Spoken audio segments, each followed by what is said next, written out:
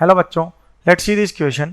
Let E be the ellipse x square upon 16 plus y square upon 9 equals to 1.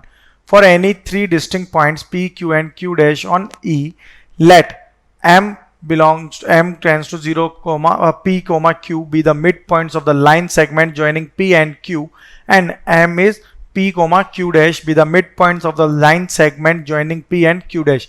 Then the maximum possible value of the distance between M, P, Q and M is P, Q dash as P, Q and Q dash vary on E is.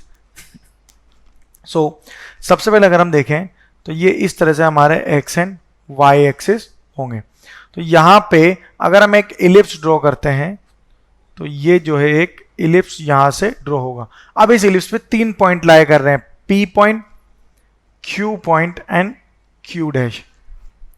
We'll join all these points together like this.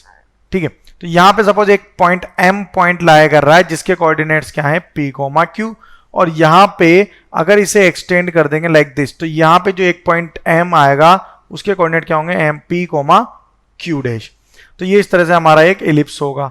अब यहां पे अगर हम बात करें कि M के coordinate तो क्या है P, Q, और M डैश के कोऑर्डिनेट्स क्या है P, Q डैश. अब अगर मिड पॉइंट थ्योरम यूज करेंगे तो M डैश की वैल्यू क्या होगी, half of Q into Q dash. ठीक है, तो मैक्सिमम वैल्यू फाइंड करें अगर हम M ऑफ M डैश, ये क्या होगा half into maximum of Q into Q dash. ठीक है, तो maximum of Q dash possible होगा तब जब Q डैश इक्वल्स टू क्या होगा यहाँ पे मेजर एक्सिस.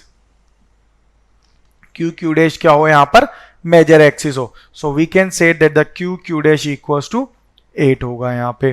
तो यहां से अगर हम मैक्सिमम वैल्यू फाइंड करें that maximum of M dash is equals to हो जाएगा half into 8 equals to 4. So our final answer is 4.